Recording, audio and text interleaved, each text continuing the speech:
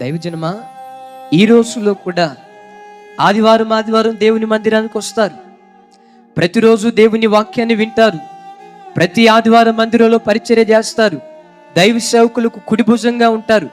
అయినా ప్రజలు హేయమైన క్రియలు చేయడాన్ని మానలేకపోతున్నారు. అయ్యో, దేవుని నమ్ముకున్న నేను ఈ పని చేస్తే దేవుని నామానికి అవమానం కలుగుతుంది, ప్రజలు దాన్ని గుర్తించడం లేదు.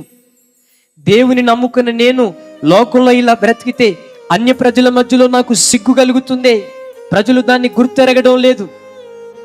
ఆదివారం చర్చికి వస్తూ అక్రమ సంబంధాల్లో బ్రతుకుతూ, అయ్యో నా గురించి ఈ వార్త తెలిస్తే ప్రజల మధ్యలో నా సిగ్గుపోతాదే, ప్రజలు పొరపాటున దాన్ని గ్రహించరు. ఒకసారి ఆలోచించి, ఈరోజు వాక్యం వింటున్న దైవజనమా, ఈ వాక్యం వింటున్న నీ జీవితంలో దేవునికి ఆయాసకరమైన హేయమైన క్రియలు ఎక్కడైనా నువ్వు చేస్తున్నావేమో, దేవునికి దుఃఖాన్ని కలుగు చేసి హేయమైన కార్యాలు ఏవైనా నీలో ఉన్నాయేమో ఒకసారి ఆలోచించు. దేవుని వాక్యం సెలవిస్తుంది, ఒకడు దేవునికి ఆయాసకరంగా హేయమైన క్రియలు చేస్తే ఆ హేయమైన క్రియను బట్టి ఆ వ్యక్తికి సిగ్గు కలుగుతుంది. 10 మంది మధ్యలో ధైర్యంగా తలెత్తుకొని తిరగలేవు, 10 మంది మధ్యలో ధైర్యంగా నువ్వు మాట్లాడలేవు, 10 మంది మధ్యలో ధైర్యంగా నువ్వే పని చేయలేవు. నువ్వు చేసిన ఆ హేయమైన పని నీ జీవితానికి సిగ్గు తీసుకొని వస్తుంది. దేవుని వాక్యం సెలవిస్తుంది, దేవుడు మనల్ని అంగీకరించే వారిగానే ఉండాలి, కానీ త్రోసివేయబడే స్థితిలోనికి మనం ఎప్పుడు వెళ్ళకూడదు.